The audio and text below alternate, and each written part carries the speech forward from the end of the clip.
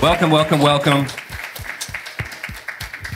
Welcome to 236 Industrial. Tonight we're celebrating the opening of Vantek's new space, which you're going to see in full blast later on tonight. And we're very, very, very, very, very, very, very excited to have the Legacy Detroit in the house, connecting the roots, the birth of techno, to one evolution of what techno has become, including all of you sitting here. So give yourselves a hand for that, please.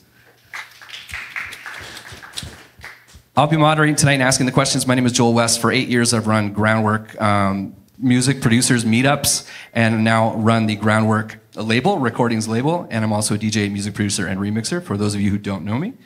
But tonight, we want you to meet American cultural icons Juan Atkins and Delano Smith from Detroit. Our guests sitting just to my left here. Please put your hands together for Juan Atkins and Delano Smith. Juan Atkins is credited with having invented the musical genre techno. Just going to let that sink in for a second. Which has also evolved into an underground, inclusive social movement. Once again, part of which you're seeing here tonight in Vantek's new space. Delano Smith is credited with being one of the first 3 DJs in Detroit as a teenager who inspired the techno generation to want to DJ. Yeah, that's who's sitting in front of you. So welcome, Juan and Delano. Delano, I said it wrong. Either or, yeah, you're a gracious man. Delano is, we are thrilled to have you here in chilly Vancouver. Chilly is right. Chilly is right. Did you see the snow up on the mountains tonight? No, dude, it's cold as hell. Yeah. Delano, when was the last time you were in Vancouver? This is my first time in Vancouver. I generally, when I did dates in Canada, was mainly in Montreal. I played at Stereo. Yep. Yeah, but this is my first time in Vancouver. Yeah. Well, we welcome you not only to Vancouver, but to a brand new space dedicated to techno. My pleasure. You guys did a good job, and this is massive, man. I appreciate being a part of it. Juan, when was the last time you were in Vancouver? It's been many moons ago. I can't. I've been here many times. I've actually stopped counting, but I think somewhere around 4 or 5 times over the years. But I can't remember when the last time I was here. It's like been before COVID. I know that much. Welcome back. Let's make tonight a memorable one for all of us. Thanks. Let's. Absolutely. Delano, how did you get started as a DJ, and when did you meet Juan Atkins? Well, I knew of Juan when we were kids. I started DJing when I was 16. What actually sparked the whole scene, I think, in Detroit was the disco era. And once we heard Detroit's first DJ King Collier blend 2 records together, is when it all kind of sparked our interest in, how's he doing this? How's he putting 2 records together? And I was able to see him play at a club called the U of D Rathskeller. It wasn't a club, it was actually a bar on the University of Detroit campus.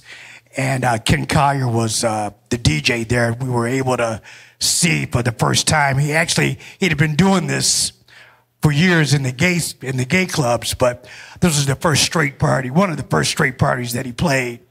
And we were able to see him DJ in a manner that we hadn't seen DJs perform before, because in the early 70s, during the days of, R&B and the very beginnings of disco, DJs would play sitting down and just play one record after the other. Where when we saw Ken would, dancing and working EQ. And when we saw that, it's like, that's what I want to do. I want to be him, right. So that's what inspired a movement in Detroit. I don't know how it happened in Chicago or New York, but that's how it happened in Detroit. And after we saw him, we started hiring him for all of our high school parties, and eventually we started, DJing ourselves, and the rest is history. You know? What role did Detroit play for you in what you've been able to accomplish as a DJ, producer, and artist?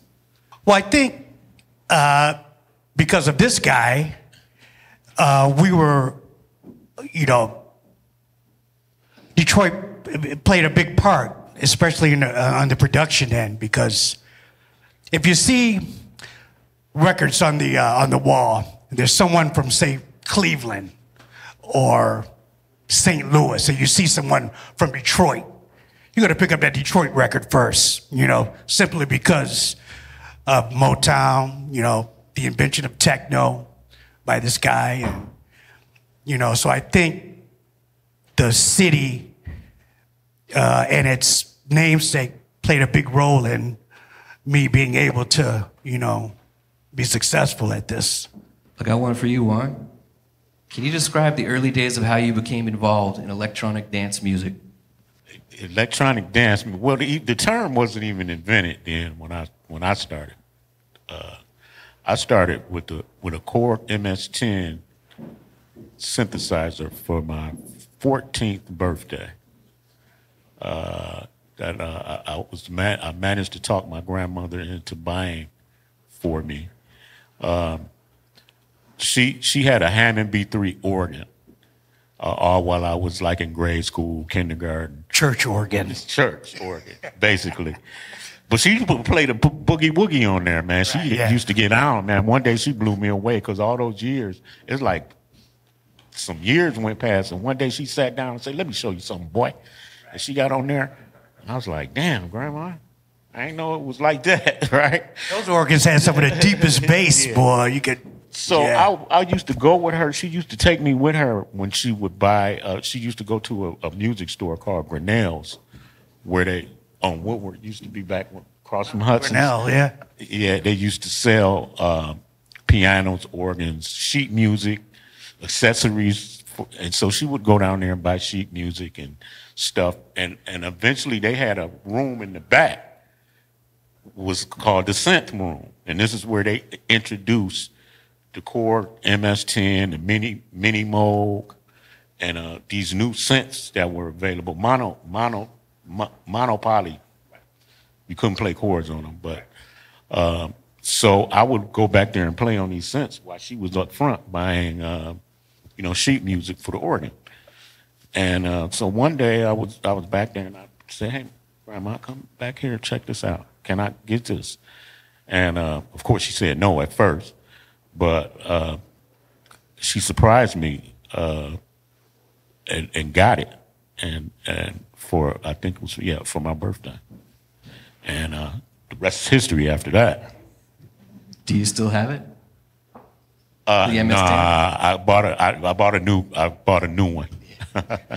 I got one now that's with MIDI retrofitted and stuff. So I was gonna say the first ones didn't have MIDI. Nah, man. You know that one, man. I tweaked the knob so much that the knob stiffened up, and I had to take it and they had to crack the case in order to put new knobs in it, and it wasn't the same ever since. And I think it might be at the Exhibit 3000 Museum in Detroit that's submerged. I think that Korg MS-10 is that Korg MS-10. Yeah, they'd have an exhibit in Detroit with all the old synthesizers, drum machines, and everything that all of these guys used to make the music back in the early '80s. Yeah, and I think that I think my Korg is in the case in the display. Yeah, it is. Yeah, that's the one. Yeah, and I can't bring myself to ask Mike to give it back to me. So I know. Mike Banks. Yeah, I know. Yeah. Yeah. So I just let him have it. Juan, can you tell us about the invention of techno?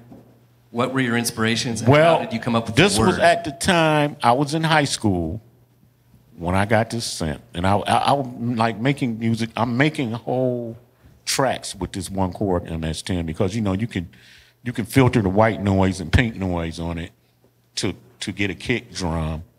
You can make a whole drum kit out of basically white noise and pink noise, and depending on what kind of filter and how you filter it.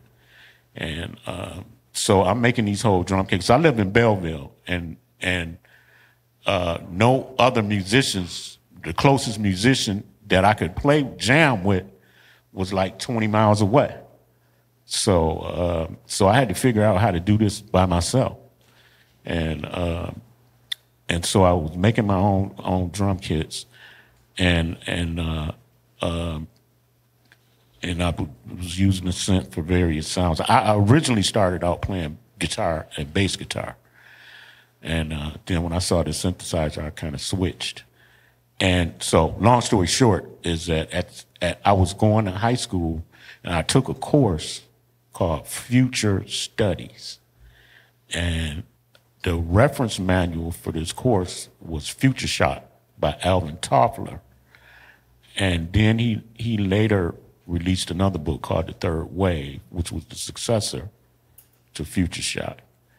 And like the term techno, or like he had a term in there called Techno Rebels, which was basically what we were. Like all of the work was being decentralized. People were working from their office.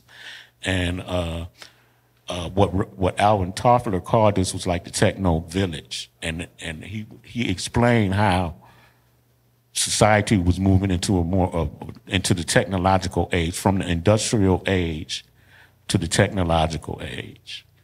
And this word just kept ringing. And like this was at the same time where the technology and music and electronic music, the 808 had just been released. We were using a DR55 before the 808. And all of these electronic new drum machines started coming out. And just, it was kind of a no-brainer to say, okay, what I was doing was techno music, well, technology music, but we shortened it to techno. And so basically, I eventually released a record with a guy that I met in community, my first year in community college, my first year out of high school. And his name's Rick Davis, and he was miles ahead of me in terms of gear and where he was with electronic music. He was a pure electronic musician. And he invited me. I used to make these demos with this Korg MS-10. And I took one over to his house. Well, not over to his house. I took it to class. And I blew all the students away with this demo. And he invited me, he said, man, why don't you come by and jam, right? So I went over there, man. I went, he had his studio in his bedroom. And I went in that room, man, and it was like walking into a cockpit of a spaceship, literally. I mean, he had it all. And I think he was like playing some kind of mind recruitment trick with me, because he had it all dark, and all I could see was the LEDs blinking off all of these different synths and drum machines and shit. And I was blown away from that point on. It was like, that was my life. So we got together, we made a name of our group. It was called Cybertron, which is a combination of words of cyborg and a cyclotron. And all of this is new stuff that's just hitting public consumption at the time, you know. It's like 1980, 81. And we released we got together and we made some tracks, and we decided that okay, we can, you know, this was at a time I didn't know that you could actually release your own record. You could be your own record company. And so we were reading the books. There was one book in particular called How to Make and Sell Your Own Record. And coincidentally, we both had this book. And we were at the same time like studying this book. I had it at home, and he had it at his home. And so we just combined notes and came out with this record. He had released a record, but it was more or less just soundscapes. So, you know, it wasn't a danceable or even remotely commercially viable record. So, you know, I put the rhythm to the beat, to the rhythm behind this electronic soundscapes, and came up with Cybertron. And we released a record called Alleys of Your Mind. Was our first record Played that at Lumo when it first broke. Yeah. Actually, I didn't play it. Ken played it. Right. And he had the white label of you it. know, right. Yeah. But you know, we released it on 45, and you know, it was like, especially Ken. Ken wasn't playing nothing but 12 inches, and it was so funny. Somebody actually pasted the record to a 12-inch. Maybe that's what he had. I don't know, but I know he first broke that at Louisville. I can't remember, man. But it was so funny because we didn't, you know, that was how far away from the DJ scene we was when we was doing that. And the next record we came out and said, well, look, man, we at least it was still a 7-inch, but we had one of those small 37-inch 33. Cosmic Hearts came out. I said, man, we got to at least have one with a small hole in the middle, because you can't put it on the flat. Everybody didn't have the 45 disc. Exactly right. Back in the old days. Nightmare trying to put that shit on there. Yeah. And trying to play a 45. Exactly. As a matter of fact, there's a story about when we played with Ken, and we was playing 45, but we'll save that story for later. Okay. You're both in a film called God Said Give 'Em Drum Machines. Tell us about the film, how you got involved, and is this film a good depiction of the Detroit techno story? Well, I saw, I actually am good friends with the producer and director of it. His name is Christian Hill. And I saw it from when it was just a thought in his head. And he was just running around Detroit, just getting footage at first. And, you know, he's bouncing the idea off me. Well, what do you think? You think I should talk to Juan? I'm like, you should go all out, you know, do it, you know, as a history of Detroit and how it came about. Although there are many stories about how this came about in Detroit, this one is the most truthful and candid of all the other documentaries, being because these, like Juan and Derek, Blake, Kevin, they're talking from a perspective that has never been seen before. You know, it's very candid, very personal. And this is one of the best documentaries about the beginnings of techno, in my opinion. Juan, did you have anything to add to that? No. I was just saying, don't forget about Eddie, because you know he. But first, Eddie. How come you didn't say me, motherfucker? Yeah. So yeah, Eddie, and Eddie, of course. Yeah, Eddie was a big part of this. Eddie was the bridge between Deep Space and Direct Drive. Exactly, I know, because he played both. Right. He was friends with both of us. So yeah. Both sides of the fence. Yeah. And it was so funny. Delano, can you tell us about the art of DJing during the height of vinyl culture in the 70s? Well, you had to know how to blend two records together. That was the big thing, and it was still new in the late 70s and early 80s, and you know, you had to be able to that skill. You know, either you can do it or you can't. You know, either you're gonna sound seamless or you're gonna sound like your gym shoes in the dryer. The term we used to use back in the day when two records aren't really, the beats aren't matching. It has this you know, kind of like if you put your gym shoes in the dryer.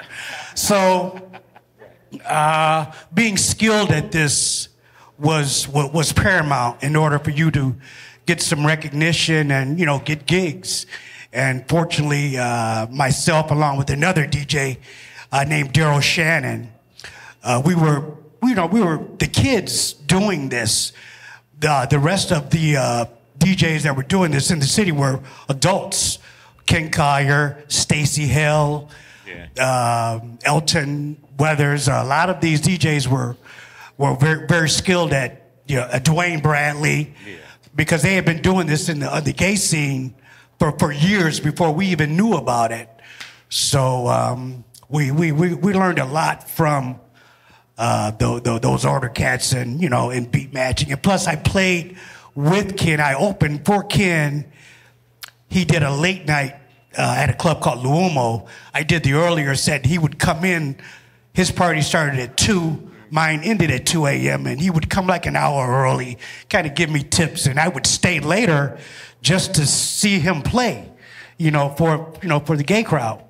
And I picked up a lot of pointers from him on how to, how to overlay mixes, how to, slip cue, all these different types of vinyl blending tricks that come with mixing vinyl records or blending vinyl records together, beat matching or whatever the term is they're using these days. How do you think that's changed? And now the CDJs are mostly rock solid in terms of they're not varying in their speed or their tempo. The beat matching is picked up faster with the advent. No, it's not, because it's easy. It's easy now. Everything is right there in front of you with the CDJ. You can either activate the sync, or you could just look at the BPM on it and match the BPM and give the jog wheel a nudge or two and you're on. It doesn't require much skill. I think nowadays the skill is in your selection and how you can maintain a vibe versus skill. Skill comes in when you can when you can rehearse your set and use the sync to your advantage with effects and all this other kind of stuff, edits and things like that. That's the advantage that the digital guys have now, where you can do things digitally that you just simply can't do with vinyl, Yeah. What do you think makes a DJ, to both of you, what do you think makes a DJ stand out now? Back then it might have been smooth skills. Now with those skills being easy, what does it take now? I would say selection. Yeah. I concur with that. Selection and being able to maintain a vibe, educating the crowd and just being able to just maintain a vibe and, introduce new music, and, clever tricks and stuff with the new mixers and CDJs is cool too, but it's mainly about your selection these days.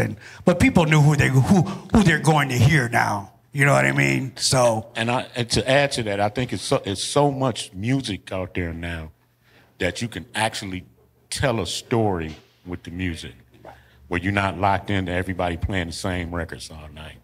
Yeah. Because there's so much out there. Yeah. You can just make professionally sounding tracks now in your bedroom with a laptop. To see, what selection, since it's so many options, that gives each DJ more personality. I mean, more individual personality. Allows you to create your own vibe, so to speak. Because I remember back in the day when we was starting, it was like 5 records that every DJ had to play. Of course, yeah, because there was only a handful of records out there. Right. So, because not everyone was a producer now. Yeah. It's like, dude, everyone's making tracks now. Yeah. It's, it's so crowded now. So, that creates a certain type of excitement, I think. Juan, tell us about how you were the first person to have an independent record label in Detroit. That's a big step. Well, I think Motown was the first independent record label. And it might have been a couple of other ones, but I almost told the story just previously. It's like I read this book called How to Make and Sell Your Own Record, and Rick also read that book, and we were both basically on the same page in the book when we met. And in this book, I forgot the name of the author, Diane somebody, Rappaport, somebody like this. They've made, different editions. Like now, they got one for the digital age, but I don't think she's still the author of. I think somebody else actually owns that title now. How to make social media your record, or something like this. But basically, that was it. We followed the instructions of the book and created the name of the label. We called the label Deep Space. Actually, the name of the record company was called Deep Space Soundworks. And then the label was Deep Space Records. The overall name was Deep Space Soundworks, which was supposed to be like a multimedia at the time. You know, Rick was a very forward-thinking guy, man. He was like years ahead of his time. And I have to give a lot of credit. He was basically my mentor. And so we created this label to release our record on. You know, because no major record company, no A&R understood what we were doing. You know, I mean, this was like, you know, everybody was like, you know, the normal channels or the conventional channels of music exploitation had no idea. So if we was going to get it out there, we had to do it ourselves. How important do you think it is for a DJ producer, especially, maybe label owner, because I know there's a few of you in the room here, to be really great at business as opposed to just treating it as a labor of love? Is the business side really important? Yeah, very important. And yeah, I mean, I've read like This Business of Music is another book that's like from the legal side, you know, taught you, because I mean, publishing and things like, a lot of people don't have no idea about what music publishing is, you know, and how, you know, sometimes a deal, like a major deal, sometimes the bulk of your income can come from publishing over record sales, you know, but, you know, so if you don't know nothing about it, somebody that does know something about it can take it from you, you know, and so, you know, I would advise people that are contemplating or have released records to know about the publishing and know about the mechanical rights, sync rights, all of that. Get your publishing in order with ASCAP or BMI. You have to do that when you release a record. Because you have to. You got sharks out there that will take advantage of your ignorance, for sure. You just spoke about your mentor, Juan, and you're credited with mentoring most, if not all, of the Detroit techno generation to learn to DJ and how to produce and make a record. Tell us about that time and some of the notable names you've mentored. Well, you know, I mean, you know, when we were kids, I mean, I just had friends. I mean, I had friends, guys from around the block, you know, just friends I was in school with, and like anybody that did anything innovative or new and exciting, everybody else followed them, you know, and that's, you know, that's basically, you know, what happened. I mean, it's just the same with sports. I mean, if you do a new move or something on the basketball court, everybody else gonna start doing it, you know. So basically, that's how it went down. I mean, I was in high school with the most notable names: Derek May, Kevin Simonson, Eddie. Those were my closest friends when I was in high school, and so, but at the same token, I was kind of a loner. I kind of stayed to myself because I was deep into what I had passion about my music, because I always knew from a young age that that's what I wanted to do, you know.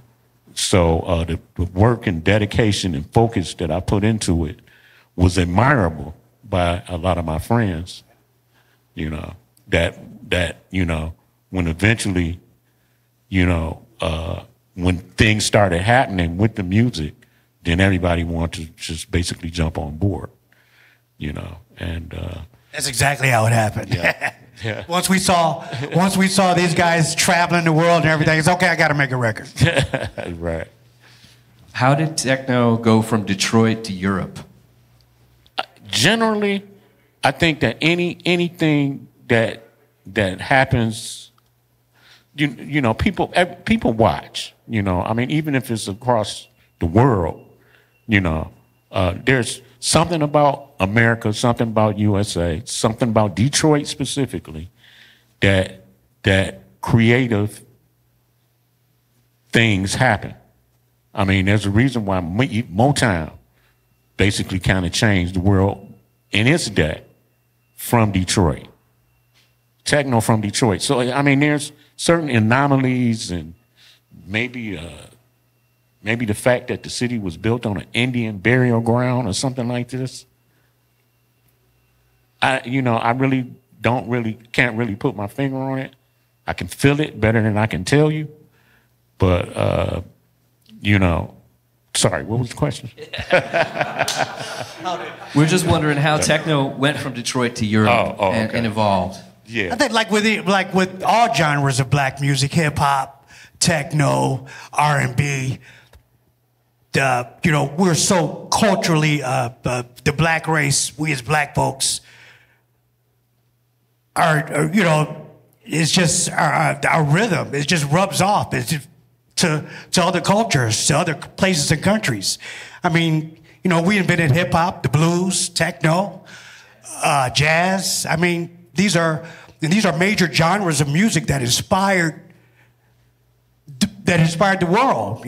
So, and techno is just another one of these things we created that took off. So yeah, and the technology, like cell phones and communications and things made the world smaller. So it wasn't that hard to keep a secret from Europe and vice versa, So it just, hey, somebody had some family in Detroit and heard this music and got on a plane and went to London and said, hey, look what I found in Detroit, and it's probably tons of stories like that, What was your relationship with R&S Records in the 80s? Was a label that started in Belgium by a guy named Renat van der Populair. I think I pronounced that right. And he's a Belgian guy. And at the same time this music started happening, in Europe, I think the first place that this became kind of popularized was in the UK, and then it kind of like spread throughout Europe. But Belgium was one of the places that jumped on the real pure techno side of it. I mean, and it's a lot of exchange coming between Detroit artists and European artists,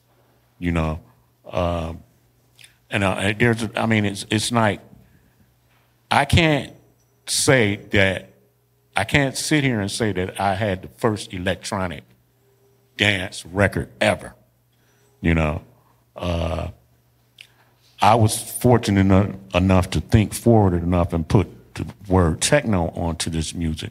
But there were artists, Kraftwerk, Depeche Mode, people like that were Steve Strange, Visage, stuff like that, that was out at the same time, and it was influences going back and forth, and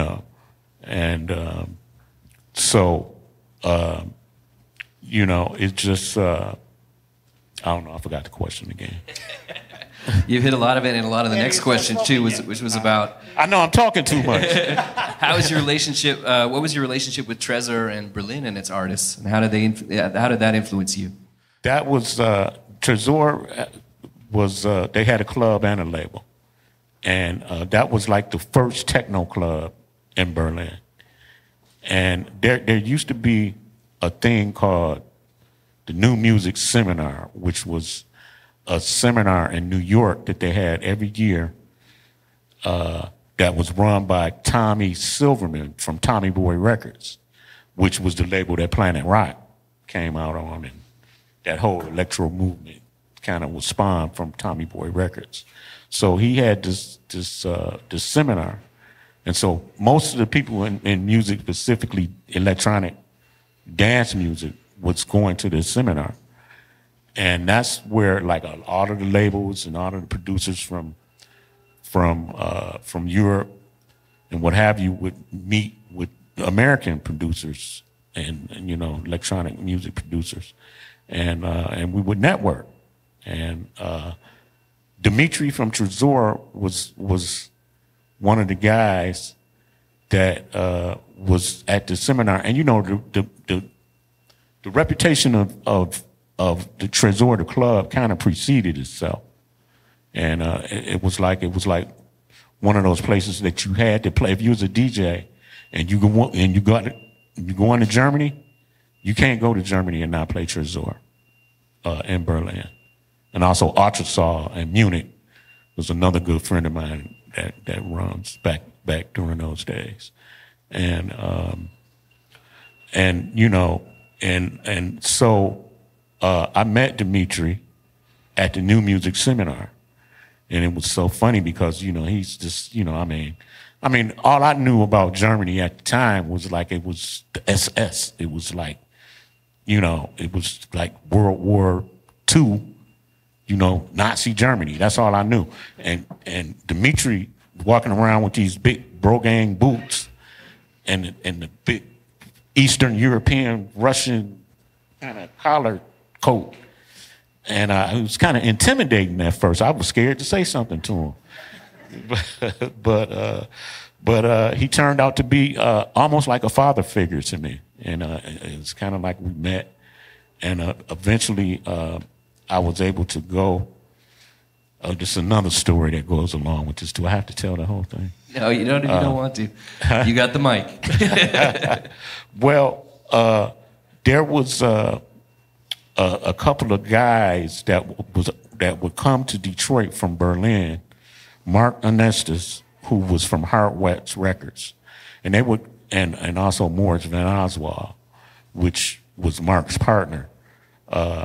And then they formed a label called Basic Channel, and then Chain Reaction, and they basically started the whole Berlin dub techno, stuff like that. Yeah. And but how they would come when our music was getting popularized in Europe, they investigated. They got on a plane and came to Detroit and said, you know, hey, you know, they went to all the pawn shops, they went to the record stores, bought up records that weren't being exported. They bought synthesizers and drum machines and everything out of the pawn shops, and they took them back to Germany and retrofitted these machines with MIDI.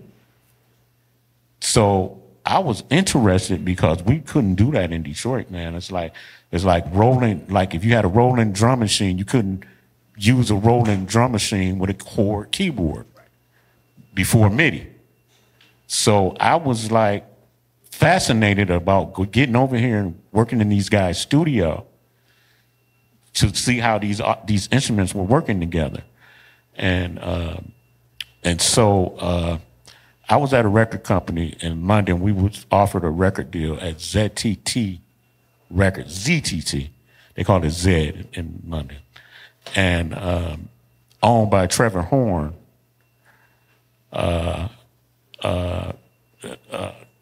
ZTT Records. And so I'm sitting in the lobby waiting to see the managing director about this deal. And Thomas Feldman, which was another guy from Berlin that was coming over with Mark and Moritz, was sitting in the lobby. I said, hey, Thomas, what's up? He said, hey, nothing, man. I said, yeah, I'm waiting to go see so-and-so. He said, yeah, I'm waiting too. And he said, hey, so we struck up a conversation. He said, well, you ever want to come? At this point, I had never been into the continental Europe. I just had been to the UK a couple of times. And he said, you ever want to come over? We can set it up. We can get you a gig with Trésor. And maybe you can even record something. We can do a record thing. So I said, okay, bet. And so they arranged the flight. I came over. In order to pay for the flight, I had to do a record and play in the club to pay for the accommodation and the flight. And that's where, you know, I struck up my relationship with Berlin and Trésor and Dimitri. And that first record was 3 Men in Berlin, was 3MB, which stands for 3 Men in Berlin, which was me, Mark, and Moritz.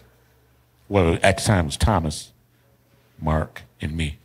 Moritz was just the engineer, but he later became the other 3. Should have been probably 4, but. Tell us about your new Cybertron album.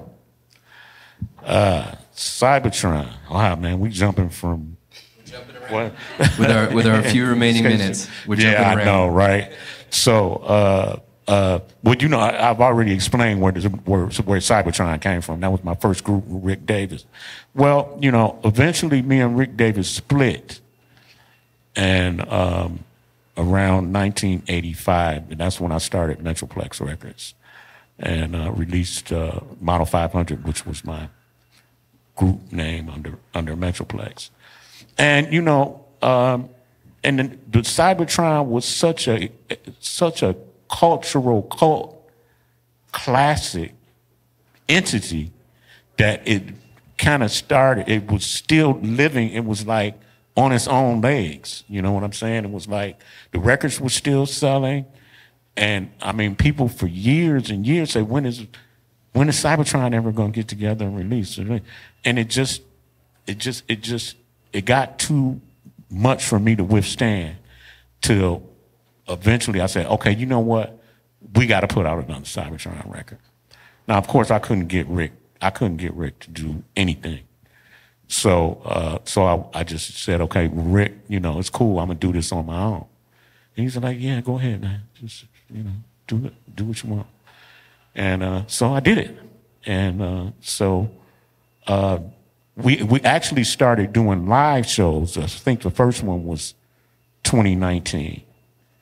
And we didn't think about actually doing more records until after the live show went so well. Because basically it was just supposed to be Cybertron Live playing Cybertron hits, you know. Plus with some new things that we unveiled at the show, which is wound up being the single that's out now.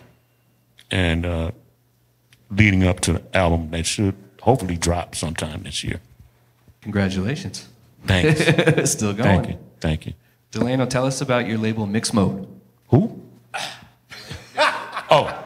Exactly. Oh, sorry. Exactly, right. I didn't know what you said at first. Well, I kind of had to put a lot of my production on the back burner when I got sick a couple years ago. I was diagnosed with cancer, so I had to put a lot of things on hold, my production and everything on hold. I recently didn't start feeling better until late last year, earlier this year, I should say. So I'm back in production mode now. So I have something I'll be unveiling in the coming weeks, and you guys will find out about it. I'm working with a new DJ out of Detroit. Her name is Silly Girl Carmen. This is going to be my first vocal track that I'm producing, a vocal, you know, house track with her. And I also have some deep and some dubby stuff I've been doing with the label Sushi Tech. I'm still producing an album with them now. I have a lot of things that are finished, that are forthcoming. You guys will find out what those are in a couple of weeks. Yeah. Any other new or exciting productions or events or projects from either of you that you want to talk about before we... We're playing Movement Festival in Detroit, so if you guys, you know, are going to be in the Detroit area, at the end of May, we're both playing there. Oh, man. Yeah. Movement. I don't even want to think about it right now. Yeah, I love Movement Festival. Jason and Chuck and the whole Paxal team, they've really done an excellent job with that festival. It's one of the top festivals in the world. I love playing there. I got a couple of things to tell you about now.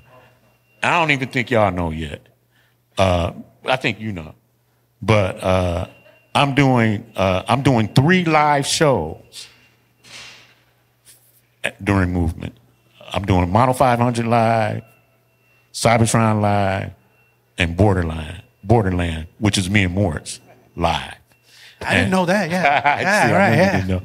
The Borderland is the only one that's going to be on the actual main stage at Movement. That's me and Moritz collaboration.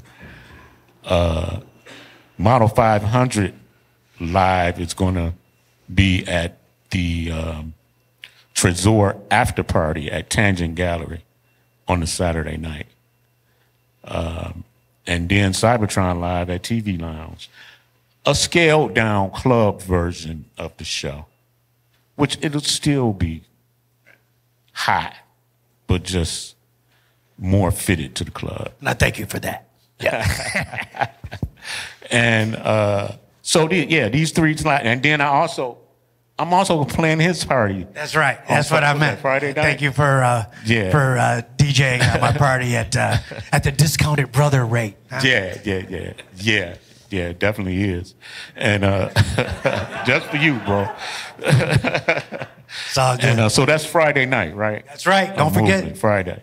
So so that's actually, and you know what? I actually, somebody was trying to book me to DJ too, like later, a few days later. I said, nope, I'm just exclusively DJ at my boys' party. My man. All right. So that's the only place you're gonna be able to see me DJ during movement.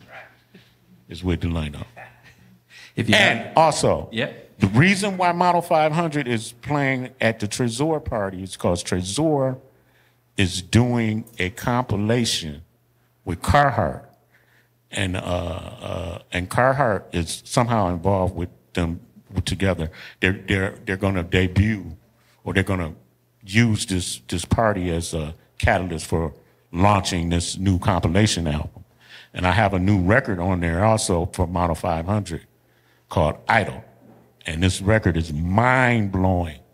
Believe me when I tell you, mind-blowing. You gonna play it tonight? No, I ain't gonna play it tonight. It ain't. I mean, no, I can't. It's not.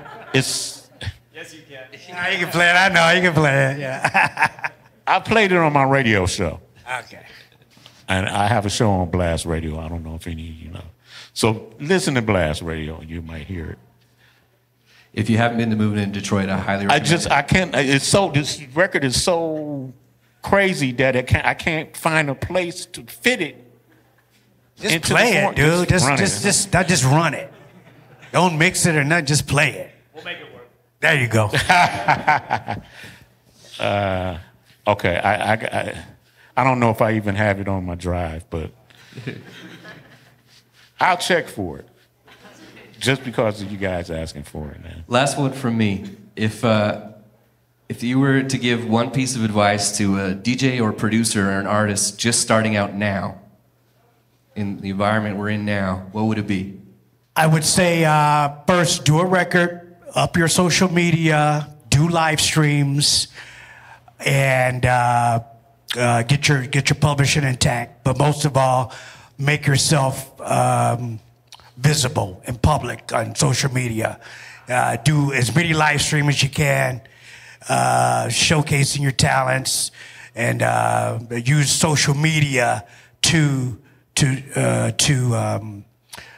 promote yourself, and hang out in the clubs and around the promoters that you know, and in the scene that you want to be a part of. Hang out, make yourself visible. You know, give out your card or whatever to the promoters, and just tell people about your live streams on Twitch or YouTube or whatever. But make yourself visible and let people see you DJing, and bring as much technology into it as you can. That's great advice. From a content standpoint, I think he covered all of the logistical bases. I would say don't be scared to be innovative or do something different. You know, I mean, because, you know, people, I mean, there's so much music out there and there's so much competition. You got to stand out, you know, and it's like, man, your record will fit. You put it out. You put it out Monday, and Friday it'll be gone, you know. So, you know, make sure it's something in the groove or in that recording that is going to make people take a double listen or double look. Especially a DJ like me is going to take another look and consider playing it, you know. And you want something that's, you know, different. Basically, it's slightly different. The more exciting, just what's the same old stuff that's out there. Man, I'm so tired of hearing on records. I mean, it's like as soon as I hear that sound, I take the record off and throw it away, you know? White noise risers. And the record could be hot. But you know this white noise sound that everybody putting in their record, like the wind blowing. Please don't do that no more. Well, folks, we've officially run out of time, but they haven't kicked us out yet, so I'm going to take a couple of audience questions until they shut the lights off in here. Does that sound all right to you two? Yeah, sure. Yeah, we're here, man. Just a couple of minutes. We really appreciate it. Yeah. Anybody here have a question to throw over? Yep. Would you kindly sign my vinyl? Would you sign his record on the way Sure, out? is it hot? Huh? Your Cybertron. Oh, yeah. Oh, hell yeah. There you go. Hey guys, thanks for coming and congrats. I think this is your first show after, like. Yeah, this is my first show internationally after my diagnosis. So, yeah, it's my first time playing in public, and I'm a little bit nervous, but I'll be okay. Yeah, yeah. Hey, just when you're producing and you're stuck kind of like in that moment where you're almost there. You're just like almost there, but it's just not quite right.